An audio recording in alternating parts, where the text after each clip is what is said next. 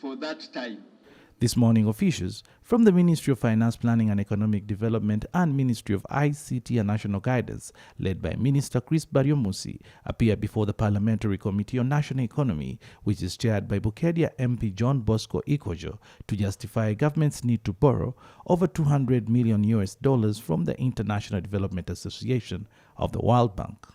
You realize that when we got COVID-19, for instance, and we announced the lockdown, there was that urgent desire to have connectivity in the whole country. Like when learners went home, some of them could not continue with the learning because there was no connectivity and many other areas. So this loan request which were brought to Parliament is going to address, one, the area of expanding infrastructure, providing computers and other IT devices.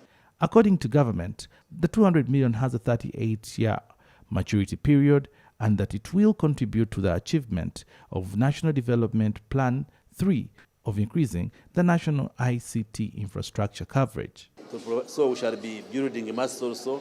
We shall build data centers where we store the data generated in this country and many others. The other component is automating government services or supporting e-government, because we are migrating from manual processes to digital and virtual processes.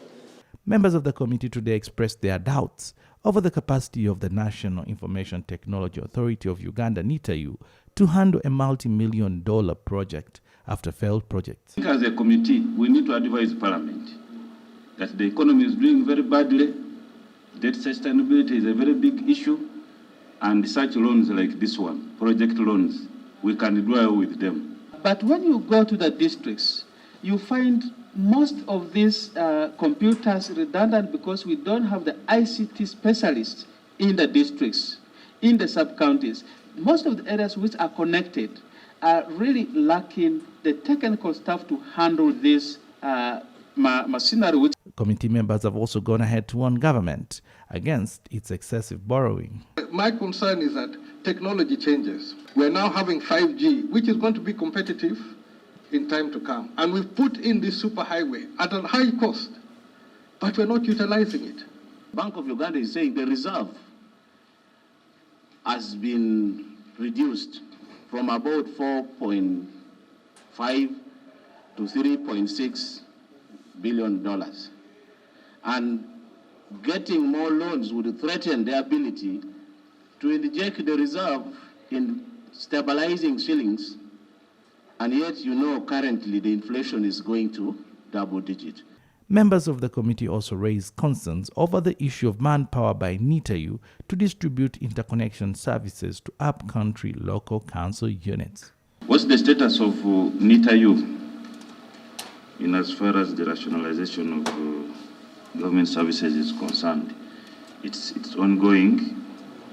The environmental impact assessment report.